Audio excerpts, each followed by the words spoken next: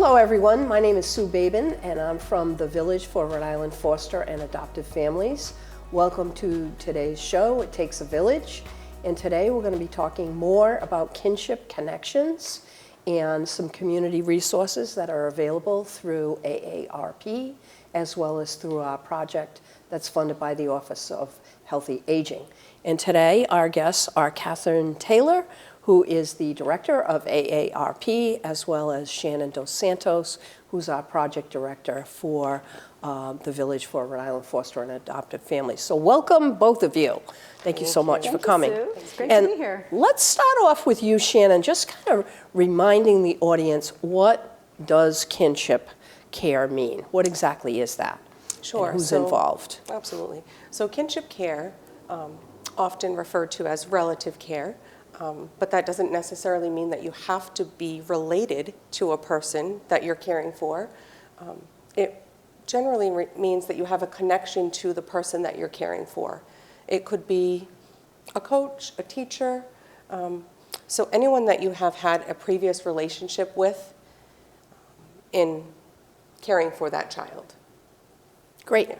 And we have a project through the Office of Healthy Aging, and what's the focus of the project? The focus of the project is connecting caregivers over the age of 55 to resources and information that may be able to help them care for the children that are in their care. And I know from the Rhode Island Census, we have information that's indicated that there's an incredible number of families in Rhode Island that meet that criteria of being age 55 and older and caring for a grandchild or a relative, and it's over 6,000 people. And that's only just the grandparents. Exactly. So that means there's an additional number of people over the age of 55 who are also caring for their relatives. Yes. Why does that happen, Shannon? There could be a number of reasons why that happens. There could be substance abuse, incarcerations. It could be mental illness. There are so many numbers of reasons why that could be happening. The housing market. Things are really difficult at this moment. The cost of living is very expensive. And it's really difficult for these caregivers to reach out for help that they need right now as they're caring for the children that are in their care. It's not always easy for them to reach out and ask for help. They may be embarrassed. They may be afraid of what others might think about them, about their family, about what happened. So they may want to be a little bit on the hush-hush. There are so many different reasons that may have caused them to be in that position right now. Right, and that's the reason why we want people to contact us. Yes. That we know lots of other people that are in those same shoes, and we have resources to be able to offer people. Talk a little bit about the website, Kinship Connections, and what that's about, and where people can go to find information and what's on there. Absolutely. So we have a website. It's called RI Kinship Community Connections. It was developed as a resource as part of this grant. On that website is so much information that you could take a look at your leisure. There are different tabs that include things such as resources. What I like most about that tab is that it's broken down by local resources, national resources, and resources that are additional for kinship caregivers that are over the age of 55. Specifically in that are resources such as AARP, the YMCA, we have RI Elder Info.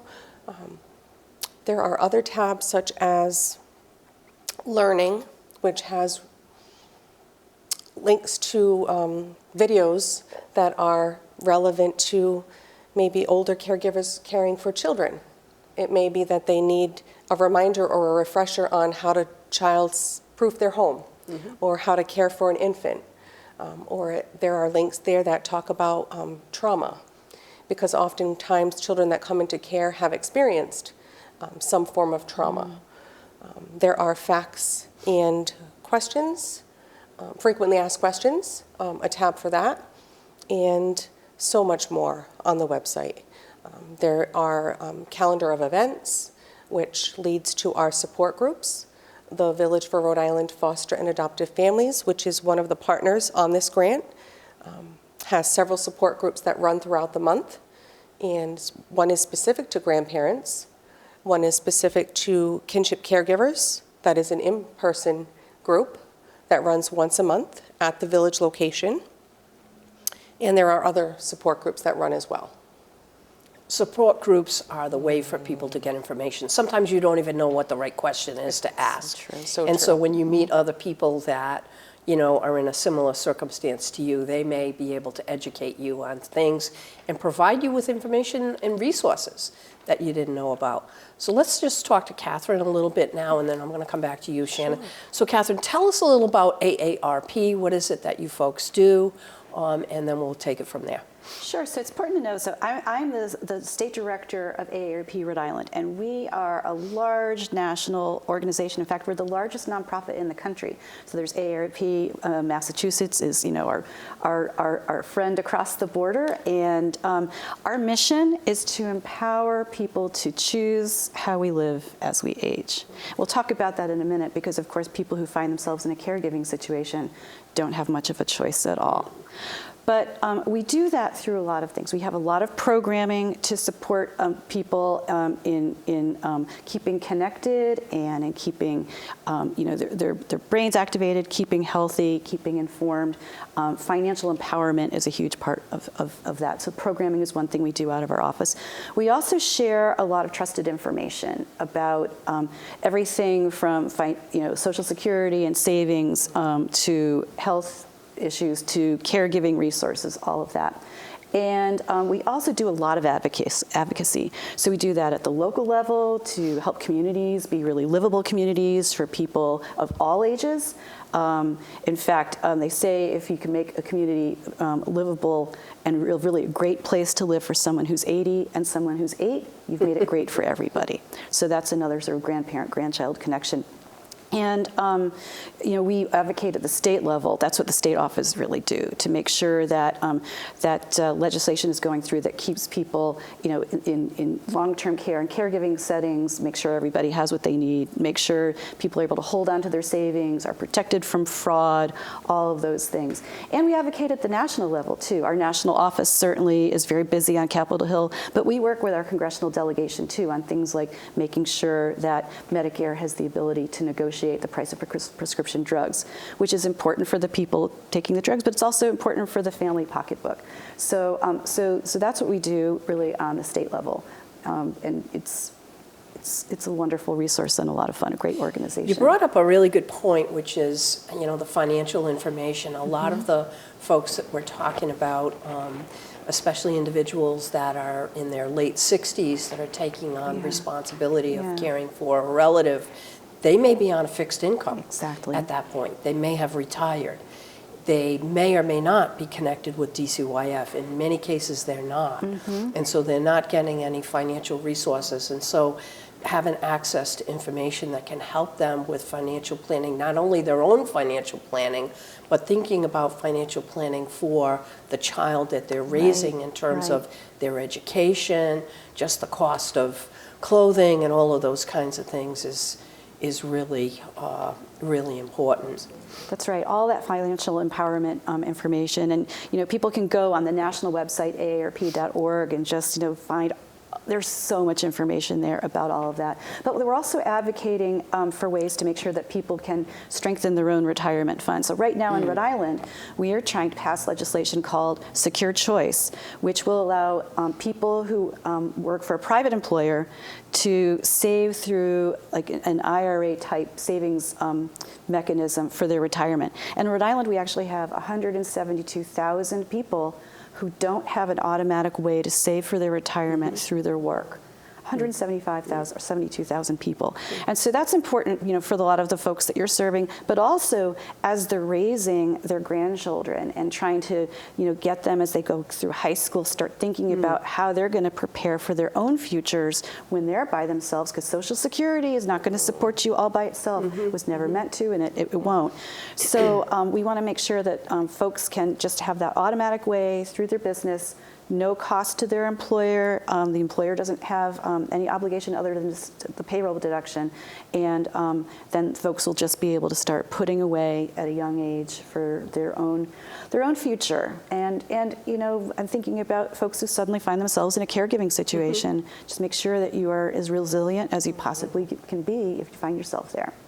What is the age criteria for eligibility even with AARP? That is a great question. So we serve the 50 plus. 50 plus. Yep, that's our target audience, everybody 50 and over. But you actually can join at any age. The discounts are available at any age. I've never seen it, but I'm told that some young person went viral on TikTok, which I've never seen anybody. I'm sure the grandparents out there know what TikTok is, but I sure don't. Saying, they joined and got all these great discounts. So there's just a lot of wonderful benefits for being part of AARP, and you really can join at every age. And so we serve the 50 plus, but their families and their caregivers too. So that's the whole community. And what's the fee to actually join? That's a good question, because membership doesn't come through us, but it's something like in the $12 to $16 range for a year. That's so reasonable. It's very reasonable, and you get all kinds of discounts from it. What's some examples of discounts? Because I think that's definitely something that our audience will be interested in. Yeah, sure. So the ones I'm aware of are like Denny's, which is a great place to take your kids to eat. I know my son really enjoys it there. But this is like getting at sort of advertising entities. So our part of the organization is really separate. But what we do out of the state office is we have local discounts with nonprofit partners that might be interesting. I think this show is going to air after this is taped, so people can stay tuned on our website, which I'll give you that in a bit. But we're taping during school vacation week. And right now we have a partnership with the Roger Williams Park Zoo, and they are already discounting their tickets for school vacation week, and we are offering an AARP member discount on top of that. So grandparents who are hanging out with the grandkids this week can go do something fun and active and educational and healthy together. Nice. What about like movie discounts, movie ticket discounts? Is that something that you all are connected with?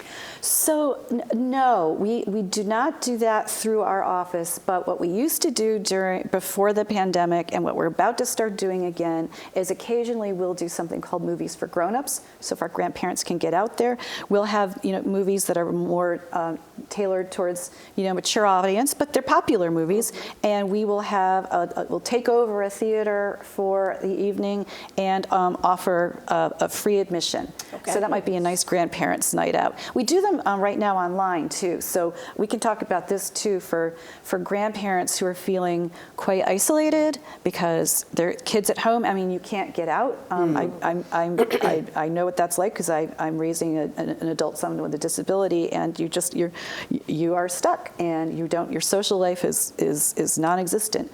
But that's where the internet, if you have it, can really be your friend. And AARP runs, if you just go to aarp.org or if you even Google Movies for Grown-ups, there are all kinds of movies that you can watch for free.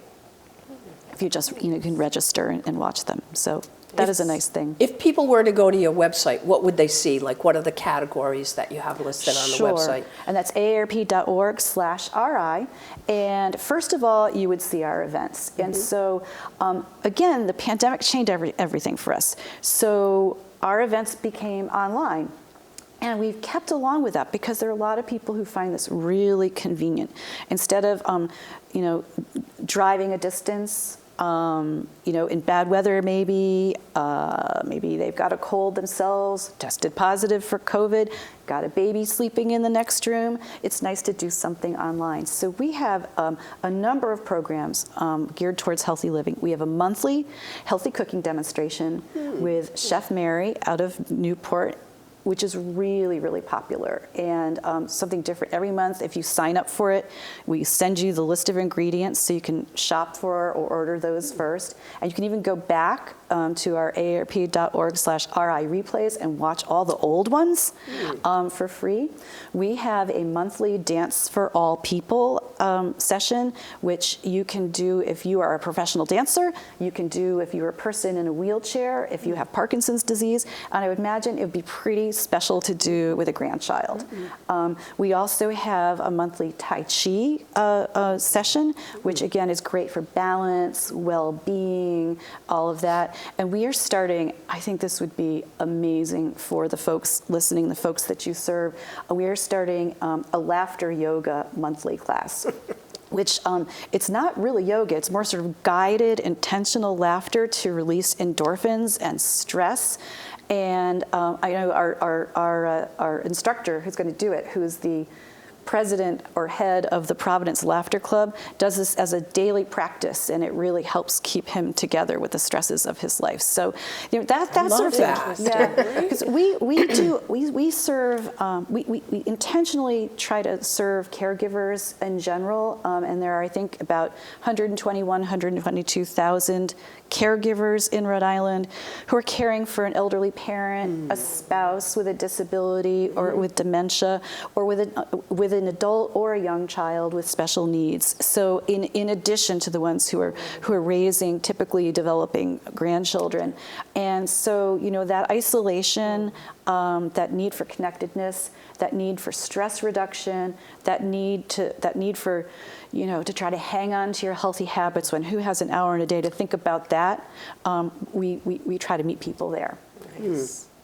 Yeah, you know, taking care of your individual self is something that's really important, and that's one of the things that I think is the strength of our support groups, because people have an opportunity to connect with somebody else and to just kind of talk out what their experiences are or their difficulties. Shannon, can you talk a little bit about the blogs that we just started to put up on our website? Sure. So we have a public relations and a communications director who has started to interview some of our older caregivers, who is putting together some information and their stories on our websites. That's great. And, you know, writing them and putting them on our websites as blogs. Some people might not have that time to write them themselves, and some may. So we're looking at these caregivers either way. You know, if they have the time to write them ourselves, we're willing to take them that way as well, but we're using our communications director in this way so that she can reach out to them as well and just get their stories out there. Everybody has a unique story. They're all different. They hit everyone differently. They might hit the person that's reading in a different way. They feel like they're not alone. And we'll be able to showcase those on our website under the blog section. The newest blog will pull automatically right onto our homepage, and it highlights it right there. Can you talk a little bit about any one of the blogs, just a little bit about what some of the content is in there? Because I think, again, the viewers might relate to, oh, yeah, that's me. Absolutely. Our newest blog was a grandparent who has actually raised her grandchildren, the oldest being in her 20s. How many children? This is the fourth. Wow. Informally, and actually this last one that she's raising in her 10, this one is a formal, what do we want to call that, Sue? She raised her, you know, older grandchildren informally, not through the department. So it's a legal? So this is a legal, formal connection that she has here with this, her youngest grandchild. So talking about the hardships that it's created for her and her children, herself. Financial, emotional? Financial, emotional, the limitations it's caused for her, as far as, you know, financial again, but housing wise, right? Because now you have to think about, you may have downsized. Now you're thinking about how can you fit Was everybody going to sleep? people in your home. Right. You know, you may have 3 or 4 children now in one bedroom. You make it work. Maybe stepping away from your job because now you need to take care of these children. And also the trauma and the mental state of mind that it puts the child in and you in. And those appointments, right, that may be increased now because of that. So there is so much involved to kinship caregiving, and especially for the caregiver themselves when they're older, but mobility for that caregiver too may be an issue. So now they're raising the caregivers at an older age, but they may have trouble getting themselves around or getting the children around as well. So all of these different things we've seen in this last blog that we've posted. It's a little bit on the lengthy side, but it really does touch upon all of these issues. And how did she talk at all in there about where she got support and whether or not that was helpful to her? So what are some of the things that she talked about? Yes, so peer-to-peer connection and that connectivity to others that have been in her shoes. Whether it be another grandparent or another caregiver that she's just come in contact with through the village. That seems to be the central local focal point that we keep coming across is people that have met at some village event or a support group, or the department may have given them information for a community agency like ours, and that's how they've found each other. Wow. Yeah, that's pretty powerful information, and I bet there's a lot of folks out there that can relate to the things that you just mentioned. Absolutely. Catherine, where can people find your office? Where are you folks located? So we're located at 10 Orm Street in Providence, Providence, Rhode Island, 02904. You can write us there as well. That's 10 Orm Street, Providence, Rhode Island. And you can always email us.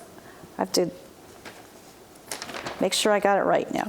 RIAARP at aarp.org, so you can email us there, or you can call us at 888-687-2277.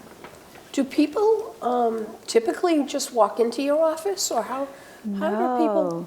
Sort of, we're a little out of the way. We're sort of on a very, very busy street. And I suppose they did before the pandemic, but then we were closed for a couple of years. And we only just opened again a little less than a year ago. For a long time, it was by appointment only. And we also work at home on Mondays and Fridays, so we're just the office is open Tuesday, Wednesday, Thursday. So best to call us or to email us and find out what's going on. Okay. Yep. And how about, do you have a Facebook page?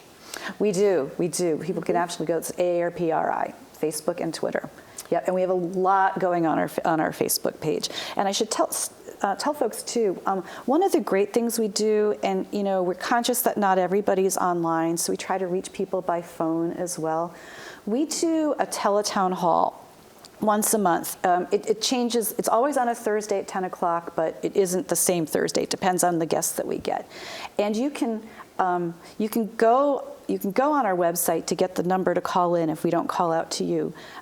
So we just did one, for example, in February with Dr. Chan from the Rhode Island Department of Health, talking about where we are now 3 years into COVID and how to keep ourselves safe, what we need to know, what's a myth, what's still important to do. So that would be really important for caregivers to get. And you can, again, go back to our website, aarp.org/RI replays, and you can see that again, or go on our Facebook page. It's there too.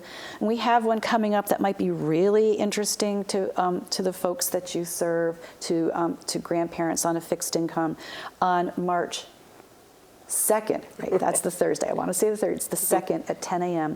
We have one with folks from the Rhode Island Office of Energy Resources talking about energy conservation, how to keep your energy and heat and fuel costs low, and some programs that they have coming up that they're going to announce. So they're, again, just trying to keep as much money in people's pockets as we possibly can so they can meet the needs that they have.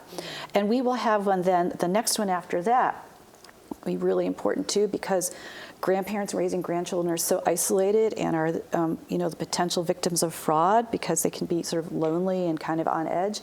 On April 13th, we're having a teletown hall with Attorney General Peter Nerona and Kathy Stokes from AARP Fraud Watch on gift card scams.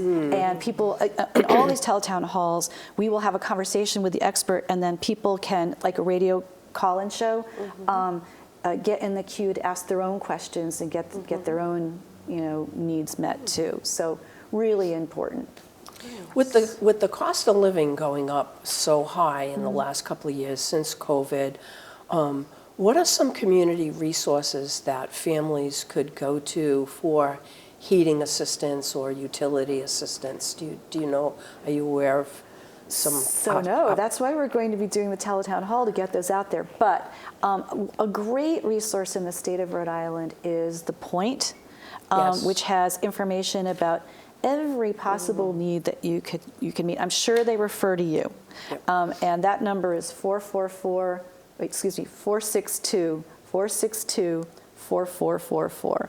So really, I encourage any older person, and they really serve everybody over the age of 60, no matter what your income level, no matter what your circumstances, no matter what you need. If you even just want to volunteer, call The Point. They will get you started, and they will hang on to you until you're truly connected to the thing that you need. That's 462-4444.